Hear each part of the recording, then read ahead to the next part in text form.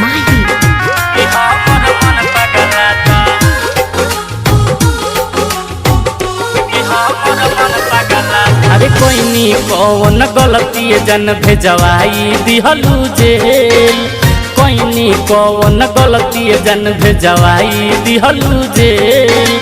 पापा से अपना कह के तू रोकवले बारू बेल, कि जेलवा में बड़ी बुझाता कि हमर मन पगलाता, कि जेलवा में बड़ी बुझाता कि हमर मन पगलाता। अरे कोई नी कौन गलती जन भेजवाई दिहलू जेल, कोई नी कौन गलती जन भेजवाई दिहलू जेल।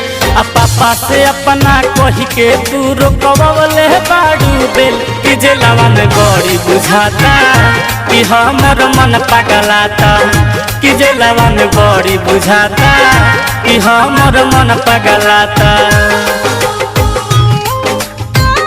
कि जेलवा में बड़ी बुझाता कि हमर मन पगलाता, कि हमर मन पगलाता। तीनों की रिकॉर्डिंग स्टूडियो छाना कि हमर मन पगलाता, कि हमर मन पगलाता। जौन हाथ में रहे घड़ी ओमे लाग गइल हथकड़ी, जौन हाथ में रहे घड़ी ओमे लाग गइल हथकड़ी। सपन में सोचले ना रही कि घूमम कोट कचहरी, सपन में सोचले ना रही कि घूमम कोट कचहरी।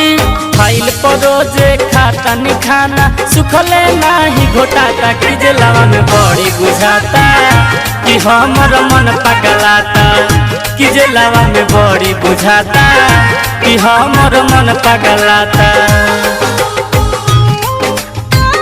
कि जेलवा में बड़ी बुझाता कि हमर मन पगलाता, कि हमर मन पगलाता, कि हमर मन पगलाता, कि हमर मन पगलाता। सुनो ए मुकेश मिसाइल पटना गइल बा फाइल, सुनो ए मुकेश मिसाइल पटना गइल बा फाइल। अभी तो ले वही जैसे कोनो संदेश न आइल, अभी तो ले वही जैसे कोनो संदेश न आइल।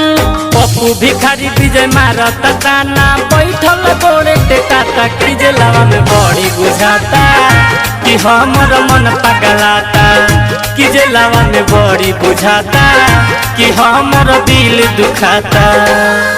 अरे कोई नी कौन गलती जन भेजवाई दिहलू जेल, कोई नी कौन गलती जन भेजवाई दिहलू जेल।